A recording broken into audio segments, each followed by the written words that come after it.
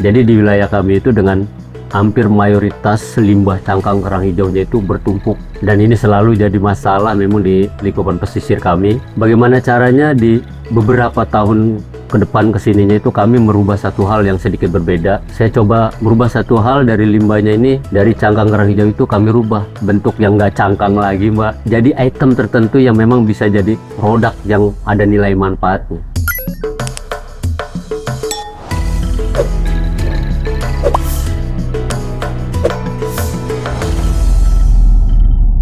Halo, kita ketemu lagi. Saya Christine dari Ekspor Wisata yang biasa mengundang para penggiat pelaku usaha pariwisata. Nah, kali ini saya kedatangan tamu spesial pengrajin yang mendaur ulang limbah yang diproses menjadi suatu produksi yang keren banget, Pak Trisno. Amin. Salam kenal Mbaknya. Salam kenal, Pak. Terima kasih ya, Pak. Siap. Udah nyempetin waktu datang ke sini ngobrol-ngobrol sebentar. Ini ternyata dari cangkang kerang. Betul. Kerang hijau ya Pak ya? Kerang hijau, cangkang kerang hijau. Kerang hijau. Boleh saya lihat ya Pak ya? Oh ya, mohon izin Mbak. Nggak apa-apa, dibuka ya Mbak? Ya, silakan. Mbak, sulit ya. Mohon izin Mbak. Oke. Ini dari cangkang kerang hijau ini diolah menjadi Pasir. Iya. Pasir, setelah itu Baru menjadi nanti satu produk interior ya Pak ya. Siap. Oke. Kalau ini menjadi salah satu kerajinan kreatif pasti kan ada prosesnya ya Pak ya. Siap. Nah, bisa nggak Bapak ceritain bagaimana inspirasi Bapak dari sebuah cangkang kerang ya Pak ya sampai menjadi interior seperti ini. Siap. Monggo Pak. Ya. Mohon izin, salam kenal sekali lagi buat Mbaknya. Perkenalkan, nama saya Pak Tisno, yang biasa mungkin disapa Tisno. Pak Saya, iya Bu. Saya ini memang udah berkecimpung lama, hampir 32 tahun sebagai anak nelayan, yang kehidupannya nggak jauh dengan pendampingan para pembudidaya kerang hijaunya Bu. Jadi di wilayah kami itu dengan hampir mayoritas limbah cangkang kerang hijaunya itu bertumpuk. Dan ini selalu jadi masalah memang di lingkungan pesisir kami. Jadi bagaimana caranya di beberapa tahun ke depan kesininya itu kami merubah satu hal yang sedikit berbeda. Di samping melaut sebagai nelayannya, saya coba merubah satu hal dari limbahnya ini. Dari cangkang kerang hijau itu kami rubah bentuk yang nggak cangkang lagi Mbak. Tapi jadi item tertentu yang memang bisa jadi produk yang ada nilai manfaatnya. Dan cangkang kerang hijaunya sendiri Bu, ini udah bertumpuk hampir beberapa tahun sebelumnya, dengan yang fungsinya hanya sebagai urukan atau mengganggu di pesisir pantainya itu kurang baik. Jadi kami punya acuan, atau saya waktu itu merubah satu hal, gimana kerang ini berubah bentuknya, terus menyamakan seperti pasir, dan situ kami rubah jadi bentuk cangkangnya ini Bu. Dengan kondisi yang ada, prosesnya pun nggak mudah memang, dengan hasil para pembudidaya, para pengepul yang didapat dari para pengolah kerang hijau berpanen di sana, itu dibawa ke pengepul. Itu hasil ininya yang mereka ambil cuma dagingnya Bu. Daging kerangnya. Daging kerangnya itu. Nah, dengan masalah yang tingginya itu dengan berkumpullah hasil cangkang-cangkang itu di pesisir. Oh, jadi awalnya lebih banyak yang mengambil isinya ya Pak, dagingnya ya Pak ya. Setelah itu mereka. Betul. Kemudian dengan banyaknya pengembangan pembangunan wilayah kami, cangkang kerang hijau bertumpuk, akhirnya beralih ke pesisirnya. Kami coba Bu, ambil cangkang kerang hijau. Kalau untuk gestur kerajinan, saya berpikir waktu itu, ini kayaknya daya tariknya kurang. Gimana ya kalau kita coba, atau saya coba, kita rubah bentuknya itu menjadi pasir. Ternyata pas baru kami mencoba di tahun-tahun sebelumnya itu, kok ini unik, menurut saya kan unik. Ada gestur, ada 3 dimensi. Jadi kami mulai itu Bu, merubah bentuk cangkang menjadi pasir. Nah, proses dari cangkang ke pasir itu Bapak menggunakan alat sendiri atau punya cara sendiri? Enggak Bu, memang kan saya bilang dari awal, kalau terkait limbah, kita tuh harus belajar tahu tentang limbahnya, dengan prosesnya seperti apa awalnya di pesisir Bu, bertumpuk dengan segitu banyaknya, dengan berapa item gunung, namanya Gunung Cangkang Kerang Hijau kan gitu, tergerus dengan air pesisir pantainya. Nah prosesnya kita ambil cangkang ini yang telah tergerus Bu, sedikit tergerus dengan air pesisir pantai, tapi dia udah hilang dari sisa daging, lumpur dan serabut. Itu yang kita ambil, tapi masih berbaur dengan limbah-limbah masyarakat. Nah, dengan tahapan proses awal itu yang di pesisir, kami angkat Bu limbah ini ke daratan. Dan kami kumpulkan ibu-ibu atau anak nelayan yang ingin punya kreativitas tinggi waktu itu. Nah ini dipilah Bu, yang harus kita maksimalin hasil cangkangnya ini yang kami dapat, tanpa bercampur lagi dengan plastik-plastik limbah masyarakat atau kayu. Jadi pure memang ini yang mau kita kelola dalam bentuk cangkang. Dan harus kerang hijau ya Pak? Harus kerang hijau. Di tempat kami itu hampir 80% itu memang paling tinggi limbah kerang hijau Bu. Walaupun bahasanya banyak cangkang, tapi cangkang yang dia ada di area kita itu cangkang kerang hijau. Memang paling Bobotnya banyak. paling tinggi. Paling tinggi kerang hijau. Ini yang selalu jadi permasalahan di lingkungan kita. Makanya saya fokus dengan banyak limbah cangkang itu merubah cangkang kerang hijau ini.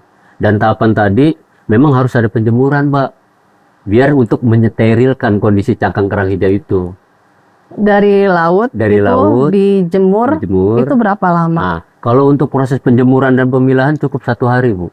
1 hari? Iya, cangkang yang masih berbaur dengan limbah masyarakat, terus kita jemur, nanti per sekian jam baru kita pilah. Yang penting kita menghasilkan sisanya itu cangkang.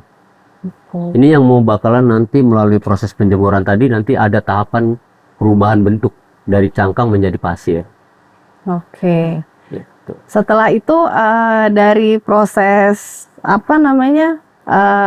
peleburan ya Pak ya, ke sini, lalu proses ke pasir yang lebih halus lagi ya, itu berapa lama? Iya, selepas proses pemilahan, penjemuran dan pembersihan melalui secara alami tadi, ya kita gimana ya saya bilang secara alami. Kita hidup di alam yang luas, kalau kita nggak manfaatkan alam juga, kita nggak kolaborasi dengan alam juga kan itu nggak nyaman. Iya.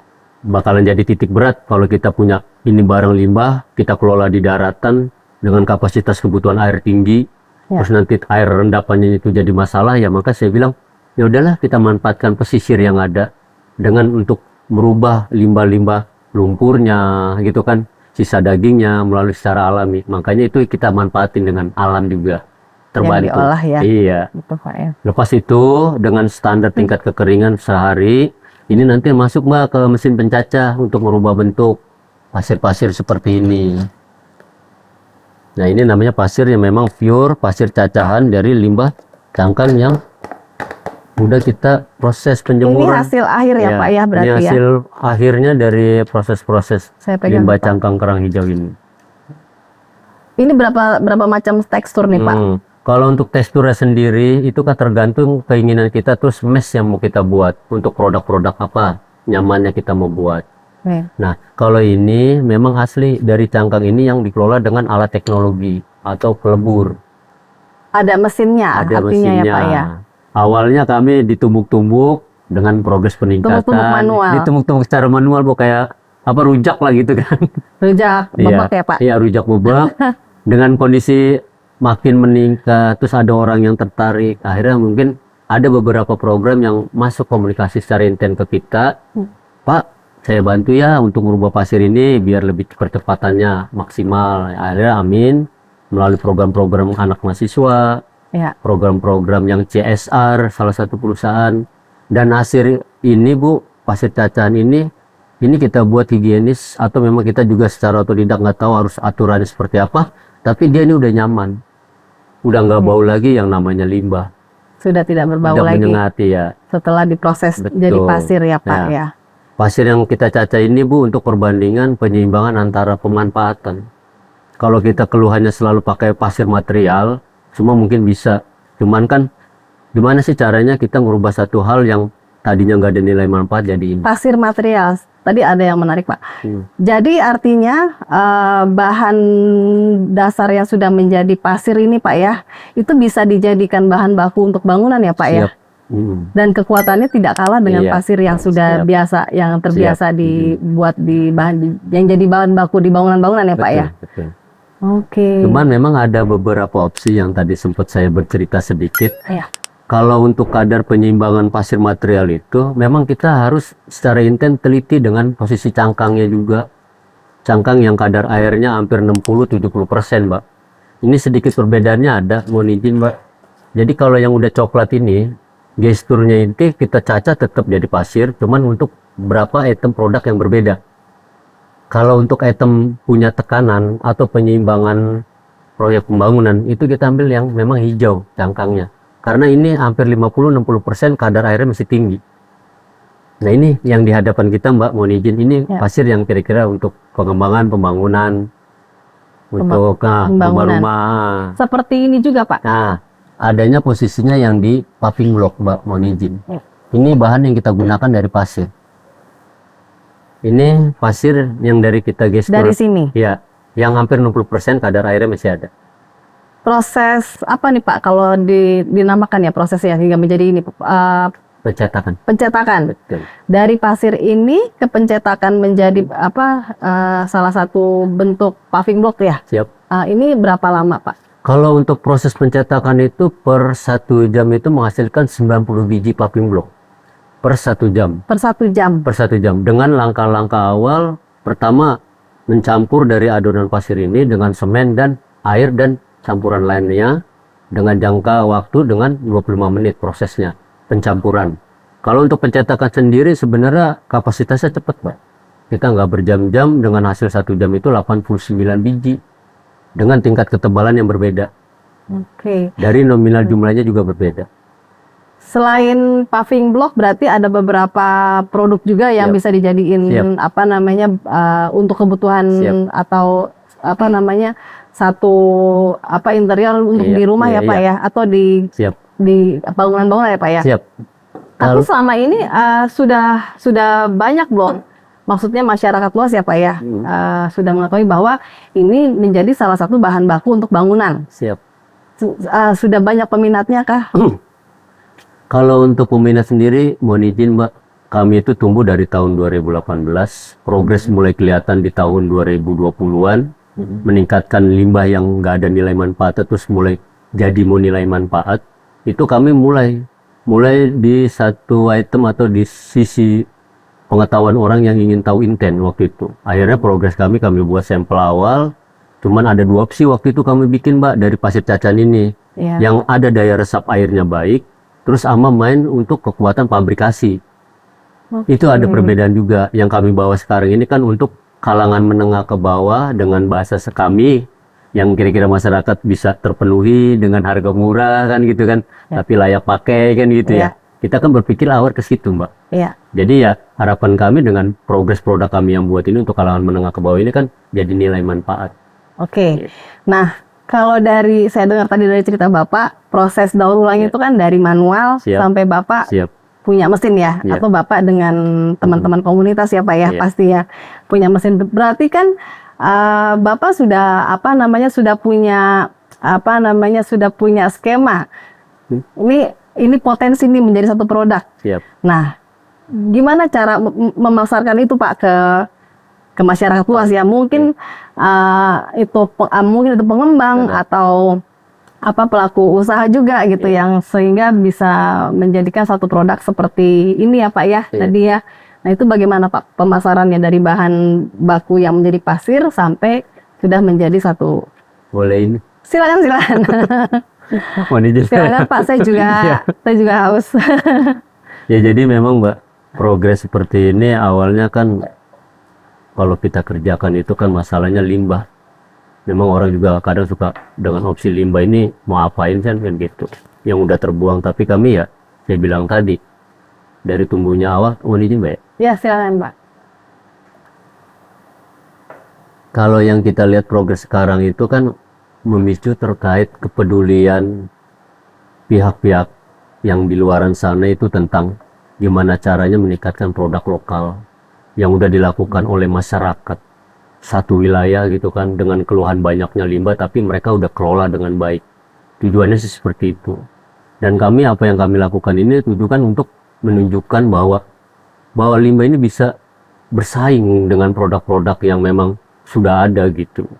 Bisa layak pakai juga. Ditambah wilayah kami itu memang merekrutkan sumber daya manusia dari anak-anak yang putus sekolahnya, ibu-ibu nelayan yang terbentur dengan nelayan yang melaut ada musim barat dan timur. Makanya waktu itu kan saya terpikir di benak saya, Bu.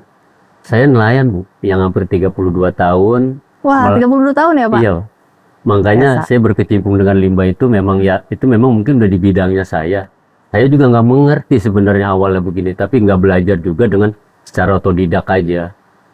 Nah, ini sebenarnya satu wawasan ya, satu pengalaman yang menarik yang Pak Tisno barusan share ke kita-kita nih. Jadi dari bahan yang kebanyakan orang sudah tidak pakai atau dibuang dan bisa didaur ulang sehingga menjadi satu bahan, satu produk yang sangat bermanfaat bagi masyarakat ya, bagi kita semua ya. Nah, itu kan pasti sekarang ini mungkin masih banyak kita-kita yang tidak mengerti atau tidak mau tahu. Setelah ini tidak terpakai, tidak ada, katakanlah ini bingung mau dijadiin apa, terus dibuang. Iya, siap. Seperti itu Pak ya. Betul. Dan ternyata di sini Pak Tisno memberikan pengalamannya yang dari sampah yang kita lihat secara kasat mata tidak berguna, ternyata manfaatnya besar sekali. Betul. Ya Pak ya. Ya, mohon izin Mbak, sebenarnya kami melakukan seperti itu ini menghilangkan acuan-acuan yang kurang baik. Tapi acuan itu kami rubah dengan cara mindset, merubah satu hal yang nggak baik itu jadi beberapa item produk gitu kan, yang justru nanti jadi nilai tambah. Yang saya bilang tadi, ibu-ibu nelayan udah resah kalau udah masuk baratan kayak saya. Saya udah masuk baratan itu udah gelombang tinggi, udah nggak bisa melaut. Makanya dengan progres yang ada di wilayah, apalagi limbahnya ada, nggak salah loh kalau kayak saya ini merubah satu hal itu dengan produk-produk kayak interior, paving block, bahkan kloset. Ya mungkin nanti rencana nih yang ada di sekitar saya ini mau saya buat gitu kan, entah wastafel atau. Ini bisa Pak kan? Dibikin ya Pak ya? Iya, dan itu pun memang kita udah ada progres Mbak. Pengiriman di salah satu hotel Muri di Tanah Abang juga, itu di satu lantai 14, itu kita yang dipinta cacahan dari cangkang kerang hijau itu. Dari cangkangan ini, yang mungkin gesturnya aja Mbak yang dirubah. Oh, buat bahan dasar interior mereka di hotel itu tadi ya? Dia tetap dari cangkang ini gesturnya yang dirubah. Gestur ini kan rada halus, penyesuaian pasir, tapi mereka mau yang kira-kira rada kasar gesturnya. Oke. Itu alhamdulillah Mbak. Sudah, artinya sudah banyak yang kalau kita sebut sudah notice ya, sudah tahu bahan dasar ini ya dan manfaatnya ya.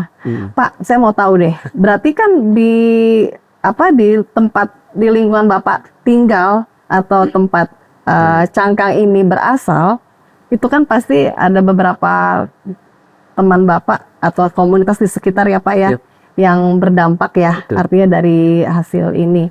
Nah, kira-kira dampaknya seperti apa tuh Pak untuk teman atau kerabat yang sekitar? Lebih banyak kalau yang saya bisa sampaikan kondisi saya duduk di sini dengan Mbak ya. Dia bilang, kami nelayan Mbak, yang kesehariannya itu melaut. Kalau musim barat itu udah nggak bisa ngapa-ngapain, dia cuma perbaikan alat tangkap. Dengan kami tumbuhkan kreativitas seperti ini Mbak, jadi mereka nggak memikirkan harus nggak melautnya, malah terbantu dengan gimana caranya, yuk kita kelola bareng-bareng limbah yang ada ini jadi item-item produk seperti ini, itu jadi nilai tambah buat warganya. Makanya saya berpikir gitu. Biasanya mereka nganggur baratan selama 7 bulan, 6 bulan, jahit jaring, betulin alat tangkap. Nah, saya coba meningkatkan progres pengangkatan limbah ini untuk nilai tambah mereka. Oke, jadi artinya dari proses ini semua menjadi sumber pendapatan lainnya Pak ya, pada saat musim barat ya Pak ya, seperti itu ya. Wah, ini luar biasa banget Pak. Ini kalau saya lihat, mungkin teman-teman punya pendapat lain ya. Kalau saya lihat ini interior ini lebih banyak saya lihat seperti di Bali. Siap. Mungkin ya Pak ya. Ini kan nuansa-nuansa daerah, nuansa suatu daerah ya Pak ya. Seperti di Bali ya, seperti ini. Nah, kira-kira pasti dong produk seperti ini sudah sampai ke daerah-daerah lainnya Pak ya. Bisa diceritain nggak Pak? Ada nggak bentuk kolaborasi dengan pihak lain untuk pemasaran produk yang sudah jadi atau produk misalnya untuk jadi bahan baku? Iya. Mohon izin Mbak, Ya. Kalau misalnya untuk kolaborasi dari awal kami tumbuh itu kami udah mulai ditingkatkan dengan progres pameran. Itu Progres adalah pameran. penawaran dengan pamer-pameran, pengenalan produk yang memang kelihatannya tuh kita mencoba satu hal itu ini nilai manfaatnya ada. Jadi itu dari pameran di salah satu BUMN kalau nggak salah di masih daerah kita, daerah Tanjung Priuk itu ada satu BUMN. Karena ngelihat ada progres baik kita di event-event tertentu diikutin pameran. Terus yang kedua kami juga kemarin diikut sertakan mohon izin Mbak mewakilin DKI Jakarta. Wow. Mohon izin. Di pameran. Iya, bukan pameran tapi memang kita mewakilin posisi Pemprov DKI untuk dibuka event yang gimana sih dengan pemanfaatan limbah ini dengan progres produk-produk yang kami buat atau yang saya buat ini hasilnya jadi ini tanpa menggunakan pasir. Itu di daerah Lombok di Mataramnya. Jadi waktu itu saya mewakili DKI untuk pengenalan produk-produk limbah yang jadi produk ini. Wah, menarik ini. Pak, sambil cicipin ya Pak kuenya Pak. Saya minum ya Mbak. Silakan. Mau cicipin juga boleh iya. Pak. Menarik nih tadi Bapak mewakili Pemprov DKI ya. Siap. Gitu ya. Berarti kan sudah ada suatu dukungan dong dari Pemprov ya Pak ya. Mengenai misalnya pengolahannya atau pemasarannya atau promosinya. Nah itu bisa diceritain nggak Pak? Sambil makan yuk Pak. Ini ada kue cucur, ada jadi repot kue. disediakan cemilan juga ini. Nggak apa-apa Pak. Namanya Boleh kita saya ini ya, ngobrol Mbak, ya? Silakan. Ayo Mbaknya sekalian. Sambil ngobrol ya. Mbaknya sekalian. Kita kan kalau ngobrol di dapur enaknya begini Pak. Minum deket, makanan deket ya Pak. Ya, jadi kalau dekat dapur itu saya sedikit pengen berkreasi Mbak sebenarnya. Karena perabotan dapur itu banyak. Pengen saya perabotan yang ada itu terbuat dari limbah-limbah cangkang kerang hijau ini. Ya model gelas gitu kan. Tatakan gelas. Itu kadang kalau begini jadi suasananya saya lebih pengen semangat bercerita terus tentang limbah. Iya Pak, ceritain aja. Berarti bentuk dukungan dari Pemda itu Pemprov ya Pak. Selama ini untuk pemasarannya atau dalam bentuk misalnya dalam bentuk fisik misalnya katakanlah mesin daur ulang. Apakah seperti itu Pak? Kebanyakan? Kalau untuk pemerintah itu mulai banyak tentang pertama Mbak, progres kami itu kan pasti kan ada label manajemen ya. Ya. Jadi pemerintah juga mulai peduli tentang organisasi atau wadah yang ada itu membuat manajemen yang baik. Alhamdulillah itu udah mulai bagus. Dan sekarang itu saya punya keluhan waktu itu di tahun sebelumnya tentang kami udah berbuat tapi kami nggak punya tempat waktu itu kan. Ya. Karena tempat itu kan lahan Mbak. Ya. Rumah produksi buat kami. Betul. Jangan banyak limbahnya aja, terus kami produksi tempatnya nggak ada. Tempat. Iya, jadi dan produk yang udah jadi ini harus kemana kan gitu. Alhamdulillah pemerintah juga belum membantu dengan penyediaan shelter namanya rumah produksi. Untuk kami kawan-kawan sumber daya manusianya kerja di sana. Kerja atau berbaur dengan limbah itu untuk merubah satu hal menjadi pasir, jadi produk lainnya. Itu namanya shelter kami alhamdulillah. Pemerintah juga bantu alhamdulillah support karena waktu itu saya ya dengan tim punya keluhan awalnya numbuk-numbuk. Awalnya numbuk-numbuk tadi Bapak cerita gitu ya. kan. Akhirnya ya yang punya pemerintah, orang tuanya kita itu memberi bantuan ke kami. Satu alat ibarat molen atau membuat paving block yang ini Mbak. Molen tuh yang giling ya Pak ya? Molen itu yang buat campuran item produknya, terus untuk membuat produk. Ya ini, untuk percepatan tingkat produksi. Pencetakannya ya Pak ya? Iya, alat paving block. Itu ya dari orang tua, ya saya sebut orang tua ya Mbak. Karena saya juga tuh masyarakat biasa yang mungkin di atasan saya ada yang memimpin kan gitu ya. Mereka mengerti tentang kami, apa pembuatan kami, jadi mereka menghibahkan alat, memberi alat bantu. Terkait mesin press, paving block, sama molennya. Kalau boleh tahu, dari Bapak mulai proses pendaur ulang ini sampai akhirnya silakan. Sampai akhirnya ada bantuan itu berapa lama Pak? Justru saya bingung ya kalau jawab seperti itunya. Perjuangan saya itu hampir 10-15 tahun terkait memanfaatkan limbah ini. Regenerasi mungkin ya Mbak ya. Terus pemahaman kayaknya Mbak. Mulai harus gimana caranya intent mencari bahwa semua pembangunan itu harus dibantu dengan orang-orang yang kira-kira peduli dengan lingkungan. Itu Betul. mungkin ya. Ya mungkin itu di saat itu mungkin rezeki saya ya, saya nggak Yang bilang. terdekat itu ya Pak Iya. ya. Jadi nggak tahu tiba-tiba itu ada yang memang datang ke saya karena saya udah berbuat sesuatu hal gitu kan, terbantu tentang kewilayahan juga. Ya gimana ya, jadi pemerintah tuh mulai rapat Mbak, mulai mau banyak support tim kami atau ke saya untuk berbuat satu hal itu terus ditingkatkan. Memang kendala itu udah pasti ada ya Mbak. Kalau kami telah berbuat atau memproduksi satu hal itu kan kami perlu dipasarkan. Ya. Kendalanya kayaknya itu. Jadi kami butuh pemasarannya secara meluas, dibantu oleh pemerintah-pemerintah yang mengerti di bidang-bidang. Mungkin itu. Ya.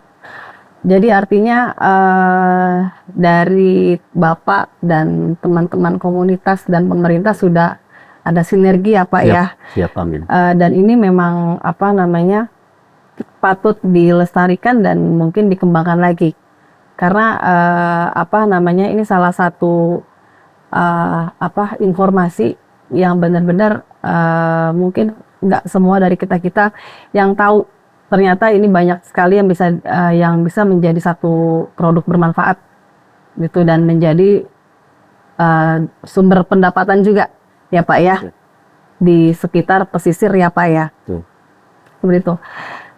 Ada nggak Pak kira-kira pengalaman atau tantangan Pak yang sangat berkesan, entah itu tantangan pengalaman yang membuat Bapak drop atau yang berkaitan dengan pihak-pihak tertentu gitu. Iya.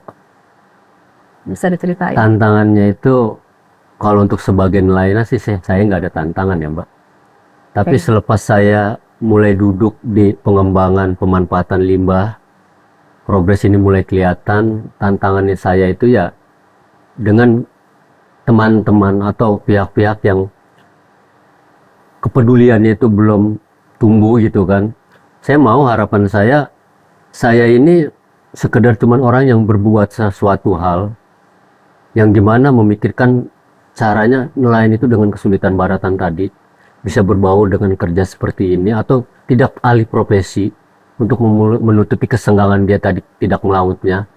Tantangan terberat yaitu Mbak, kami berharap buat teman-teman yang ada di wilayah yang mengerti terkait wilayahnya, ayo kita kolaborasi gitu kan, ayo kita kerjasama bahwa wilayah kita khususnya Kalibaru yang ada di utara ini supaya terus maju, bisa kelihatan ikon utaranya melalui limbah ini gitu kan, harapan saya gitu. Karena itu sedikit tantangan saya Mbak. Kalau saya sampaikan, saya udah mau berbuat tapi kalau teman-teman lain belum berbuat, itu kan sedikit timpang Mbak. Ya. Jadi harapan kami ya, saya cuma bisa menyampaikan di sini dengan Mbak menyampaikan kami hanya ingin teman-teman yang ada di lingkupan Kalibaru, saya sebut teman ya, bukan pemangku kewilayahan atau apa. Ayo kita mulai berpikir maju progres ke depan tentang di utaranya, bahwa nilai manfaat dari limbah yang ada itu bisa kita jadi progres gitu loh, buat ngebantu mikro-mikro kecilnya, pengembangan usaha untuk ngebantu anak-anak yang putus sekolah dan tidak menghilangkan regenerasi bahwa kita hidup di wilayah ini dengan tidak kumuhnya gitu loh, dengan merubah kumuhnya ini menjadi destinasi yang bisa menarik orang-orang di luar sana pengen tahu tentang wilayah di utara. Itu sih. Selama ini ada nggak Pak yang berkunjung hanya sekedar berwisata lah ya Pak ya? Artinya kan sudah menjadi salah satu destinasi wisata nih kalau seperti ini Pak. Karena ada kegiatan yang berproses ya dan menghasilkan suatu karya ya Pak ya. Menurut saya itu satu destinasi pariwisata lah Pak. Gitu. Kira-kira udah berapa banyak yang berkunjung? Gimana saya ngitungnya kalau berapa banyak ya? Banyak ya Pak ya? Dari berbagai kalangan. Iya. Ya intinya gini Mbak, sekali lagi saya cuma sampaikan bahwa kami itu udah sering banget kalau dihitung pakai tangan bingung saya juga ya. Pertama, itu paling banyak level pelajarkah? Biasanya kan kalau kayak gini-gini berkaitan sama riset nih Pak. Skripsi ya. Oke. Ya paling kalau hitung dari nominal 100% itu di 50% itu banyak deh. Dari kayak anak-anak KKN, anak buat skripsi. Itu jadi memang saya sendiri kadang waktu saya tuh gimana ya, saya nggak bisa bergerak Mbak kadang. Di satu hari itu bisa 1-2, kadang terus belum yang memang dari dinas-dinas terkait itu mau tahu inten tentang kok bisa ya kerang hijaunya bukan tambah pasirnya tapi dia jadi pasir terus jadi ini ya kan. Jadi memang waktu saya tuh kadang harus banyak menjelaskan gitu, entah dari pihak yang CSR-nya, dari dinas terkaitnya, atau ada kadang yang anak-anak kayak videografer begitu kan. Oh iya ya, kok tuh di lautnya begitu kok bisa jadi ini. Jadi ya memang bersyukur aja Mbak, memang untuk sementara ini padat banget nih. Banyak yang juga pengen tahu tentang oh progres ini ternyata bisa jadi ini. Di lingkupan koperasi kami, cangkring kami, atau posyantek kami. Wah, bagus. Berarti menjadi salah satu destinasi wisata edukasi. Kira-kira seperti itu ya Pak harapan ya? saya seperti itu nanti. Yang sudah ke berjalan depan. sebenarnya seperti itu ya Iya, Pak yang ya? udah berjalan itu. Oke. Mungkin nanti kapan-kapan kita bisa berkunjung lah, Harus lah Mbak. bikin liputan.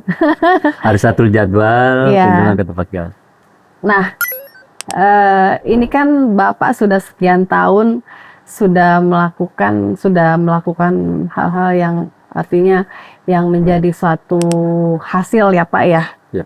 Gitu ya, menjadi satu produk yang bisa bermanfaat juga buat orang banyak nih Pak, pasti ya. Dari prosesnya, pembuatannya sampai jadi hasilnya itu bisa menjadi satu banyak kebutuhan lah buat orang banyak. Kira-kira apa sih harapan Bapak? Ini kan Bapak kan tadi sempat cerita pasti akan ada regenerasi Siap.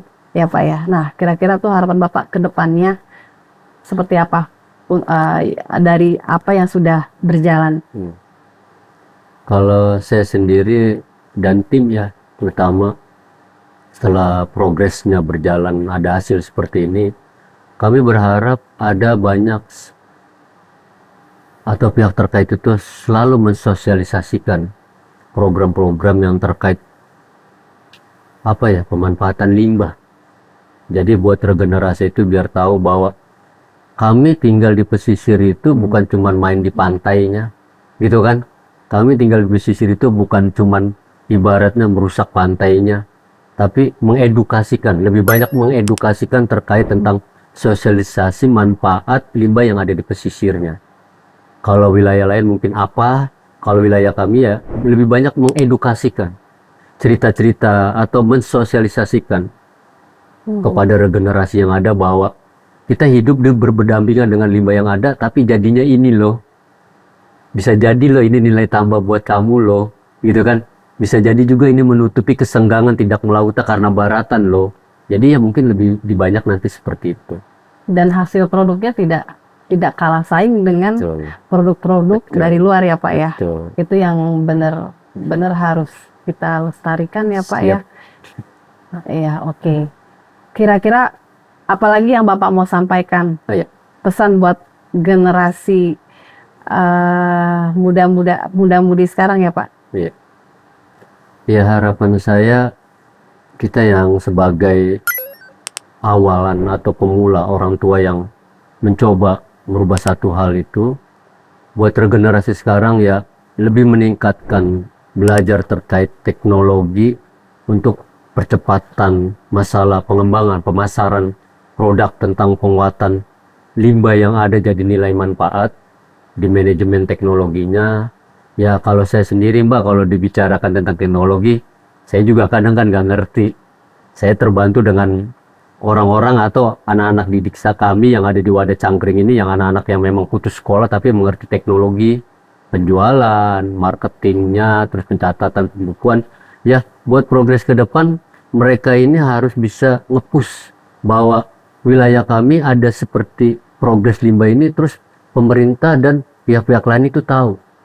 Bukan cuma sekedar di wilayah sendiri, harapan kami malah kami punya target provinsi lain tuh tahu bahwa produk di DKI terkait limbahnya itu bisa digunakan loh, bisa bersaing dengan material yang ada atau pabrikasi. Ya mungkin tantangan yang terberat yaitu Mbak, pertama mengedukasikan dan mensosialisasikan. Betul. Yang kami butuhkan sekarang itu biar secara meluasnya itu masyarakat itu mengerti bahwa nilai manfaat dari limbah yang ada di lingkungan kita ini jadinya ini loh, Ya, bisa sangat membantu. Itu sih. bisa. Bapak kan pasti apa namanya? Mungkin Bapak di keluarga juga secara langsung sudah menerapkan seperti itu, Pak ya? Siap. Ke putra-putri Bapak mungkin ya. Siap, amin. Jadi berarti ini beruntung juga dong putra-putri Bapak ya. Amin, amin. Dari usia yang sangat muda sudah punya ilmu gimana cara memanfaatkan Siap. apa namanya bahan-bahan baku sebetulnya Pak ya. Kita sebut bahan baku ya Pak kalau Yap. sudah begini ya, Iya, bukan benar. sampah lagi ya Pak Iya, ya. benar. Artinya itu kan yang setiap hari apa namanya yang dilihat kan karena ada di lingkungan tempat tinggal kan Pak ya. Nah, itu kan juga artinya sudah menjadi apa ya satu potensi Yap. ya Pak ya. Entah mungkin nanti sekarang Bapak bisa menghasilkan paving block, bisa menghasilkan interior seperti ini. Nanti mungkin generasi selanjutnya putra-putri itu bisa berkarya lebih luas lagi kan Iya. Pak ya. Malah saya tuh selalu pengen mau mengingatkan Mbak bahwa kita jangan lihat dari item limbahnya kerang ya, tapi bagaimana caranya mereka itu berpikir meluas dengan satu item yang ada itu bisa jadi progres lain. Kayak ini Mbak. Ya. Ini kan mungkin kalau Mbak lihat kan cacahannya, leburannya sama, tapi gesturnya rada berbeda. Ini agak kasar, Iya. kelihatan sih Pak. Mungkin ini pun jadi nilai manfaat buat apa namanya para pegiat burung balap merpati, namanya burung dara. Jadi memang ini jadi nilai tambah khususnya buat sumber daya manusia atau masyarakat pesisir. Ini sebagai pakannya, Iya, bahan pakannya ya. pakannya kaliumnya yang diambil dari burung itu. Makanin ini kalium yang diambil. Oh, Ini dari kerang hijau yang ini juga. ini Cuman yang ditumbuk. gesture, iya. Ini proses yang pertama jadi seperti ini ya Pak ya. Yap, mm. Oke. Oh ini bisa ini salah satu bahan pakan Iya, burung iya. balap ya Pak ya. Iya. Wah. Jadi yang dari tadi kita obrolin kan kita tentang Yang sudah jadi, produk. iya, iya. Bahwa jujur, saya bilang gimana caranya limbah ini jadi multi Ya. fungsi. Fungsinya secara meluas, jangan lihat satu item. Jadi biar masyarakat di luar sana mengerti, oh iya loh, bahwa nilai manfaatnya tuh nggak sebatas cuma di situ. Bisa difungsikan dengan progres-progres lain. Baru satu tahap menjadi bahan itu sudah bisa diproses Betul, untuk produk betul. untuk menghasilkan Iya. atau untuk digunakan Iya. ke yang Saya lain. berharap Mbak, mumpung duduk bareng sama Mbak nih, harapan kami ini bisa jadi campuran pupuk Mbak. Pupuk. Harapan kami. Itu pupuk untuk semua jenis ya, tanaman kah? maupun tanaman Oke. atau apa gitu. Ini loh. ya Pak ya. Ini Iya. tidak ada campuran lagi Tidak ada. untuk bahan pakannya burung maupun pupuk. Tidak ada. Hanya ini aja Pak. Iya, iya. Iya. Wah, ini banyak sekali ya informasi Iya. yang mungkin bukan hanya saya aja yang baru tahu. Mohon izin disambi Pak ya. Silakan Pak. Yang banyak minumnya Pak. Soalnya saya kalau kegemukan kan nggak bisa lari. Betul, betul Pak. Setuju Pak. Wah ini tentunya menarik sekali ya. Dari obrolan kita ini banyak sekali pengalaman yang sangat menurut saya sih ini edukatif sekali Pak. Karena nggak banyak orang pasti yang melihat ke sini Pak. Yep. Seperti itu. Jadi apa ya? Ini satu hal yang menarik ya. Menjadi wawasan kita semua. Khususnya sih yang pasti yang masih panjang perjalanannya generasi muda ya. Ini satu potensi pelestarian sumber daya alam kita yang ada di negara kita ini ya. Terus kira-kira Pak tanggapan Bapak seperti apa di lingkungan laut ya Pak ya? Apakah sudah banyak tercemar? Apakah memang masih ada hal-hal yang mungkin bisa disampaikan? Apa yang harus dibenahi misalnya? Siap. Gitu Pak. Kira-kira seperti apa Pak? Ya. Kalau kami itu langkah awalnya kan berusaha mengurai keluhan terkait bertumpuknya limbah cangkang Mbak ya. Cangkang kulit kerang hijau. ini selalu jadi masalah yang memang intens, permasalahan di pesisir kita. Tidak lepas dari itu, mohon izin Mbak, kami itu sangat mengharapkan bahwa pemerintah buat progres ke depannya itu memikirkan memberdayakan nelayannya itu, ada akses-akses yang memang membantu buat merekanya di saat mereka bekerja, mereka punya perabotan di nelayannya, tidak berbenturan dengan jalur-jalur itu yang menghambat untuk pengembangan atau pembangunan penataan lokasi. Dan harapan kami juga Mbak, kalau memang ada program yang baik buat para pengepul dan para pembudidaya, tolong ciri khas mereka tidak berubah, tapi itu jadi destinasi, jadi contoh bahwa wilayah ini tuh ciri khasnya memang ini, tapi yang dirubah itu tinggal alat-alat penggunaan yang nggak baik itu dirubah. Maksud Bapak ciri khas yang sudah terbentuk di area pesisir ya Pak ya? Didampingi dengan alat-alat yang memang bisa bantu, terus rada higienis, misalnya orang-orang para pengebul atau tengkulaknya, jadi tidak menggunakan kayu lagi, tapi misalnya kompor atau tertata dengan rapi. Nah, yang kedua, harapan kami tidak lagi nih cangkang kerang hijau ini berceceran di berapa tempat, tapi ada tempat yang memang wadahnya di pesisir secara langsung gitu kan. Itu namanya kan area atau tempat buang atau tempat mencuci kerang hijaunya itu di sana untuk diproduksi untuk item-item produk ini. Untuk menjadi seperti ini. Selain selain cangkang Pak, ada nggak limbah-limbah lain Pak yang di sekitar lokasi yang menjadi satu gangguan atau? Kalau limbah lain itu mungkin Mbak juga tahu ya atau paham, nggak jauh beda kan berdampingannya dengan limbah masyarakat ya. Iya. Ya mungkin yang lagi mulai digencarkan itu tentang bank sampah ya. Bank sampah yang memang untuk beberapa tahun kesininya itu ada yang memang tim yang mulai mau meningkatkan tentang bank sampahnya, karena sedikit senang saya terbantu. Kalau bank sampahnya itu mulai dikelola dengan baik, tidak bercampur dengan cangkang kerang hijaunya. Kita kolaborasi baik, ya cangkangnya kan mending Bang, nggak terlalu kotor dengan limbah masyarakatnya itu. Jadi tidak tercemar ya Pak cangkangnya ya Pak? Itu sih. Oh kalau gitu berarti sudah mulai tertata ya Pak ya? Ada beberapa limbah lain tapi sudah mulai diperhatikan juga sehingga menjadi satu potensi. Jadi bahan daur ulang ya Pak ya? Oke. Setelah itu, ini kan sudah sampai ini ya Pak ya, interiornya. Itu perluasan pemasarannya itu bisa sampai ada yang pesan atau ada pengiriman ke luar negeri kah Pak? Mohon izin nggak dilebihkan, tidak dikurangkan. Untuk sementara ini kan memang kita kolaborasi dengan beberapa program CSR yang mereka ada di lingkungan kita. Terus kami buat produk ya supaya mereka itu ngembangin progres produk kami. Nah, tidak menutup kemungkinan juga saya jejaring dengan yang ada di HP, WhatsApp, karena saya kenal baik, saya coba update gitu kan produk-produk saya, barangkali berminat, yang melalui itu dulu. Kalau untuk Shopee Lazada kami belum masuk memang, lebih intensnya ya tadi, rekanan aja. Iya. Atau dari mulut ke mulut ya Pak ya? Iya, betul. Referensi ya Pak ya? Informasi aja referensi. Nah mungkin Bapak di sini bisa ceritain ke teman-teman ya, teman-teman wisata, teman-teman pelaku usaha atau penggiat. Mungkin Bapak sudah punya program setahun sekali ikut pameran misalnya. Jadi sehingga teman-teman yang mungkin lebih gampang cari Bapak pada saat di acara itu ya Pak ya. Bisa dikasih info nggak Pak? Kira-kira di setahun sekali tuh di bulan apa sih ada pameran event? Ya mungkin harapan saya buat ke depan ya, untuk sekarang ini kami kan udah merasakan beberapa event ya Bu.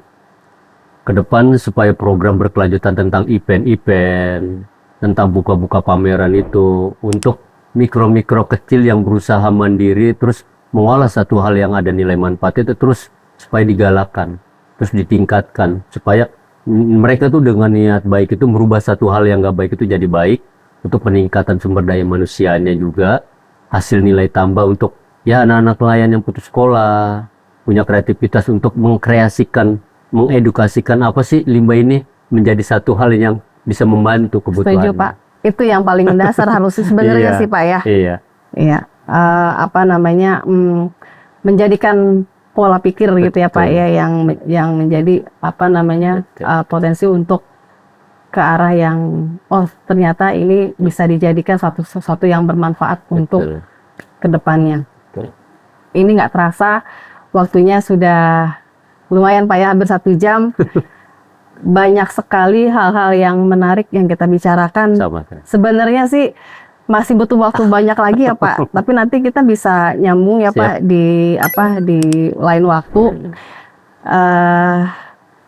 Yang pasti dari saya itu sangat bermanfaat ya, banyak sekali informasi yang bisa yang bisa kita sharing kepada teman-teman, kepada pelaku usaha dan mungkin penggiat wisata juga ya Pak ya. Kalaupun misalnya punya suatu masukan ya Pak ya, atau dukungan ya, mungkin nanti bisa berkunjung ya. Amin amin. Ya siapa tahu untuk mendalami pengetahuan juga bagaimana proses daur ulang cangkang kerang hijau sehingga menjadi suatu produk atau menjadi suatu bahan pangan tadi ya Bapak, bahan pakan burung ya Pak ya, yang saya juga hari ini baru tahu Pak. Gitu. Oke, untuk kali ini obrolan kita di podcast hari ini kita tutup dulu. Terima kasih udah menemani kita ngobrol.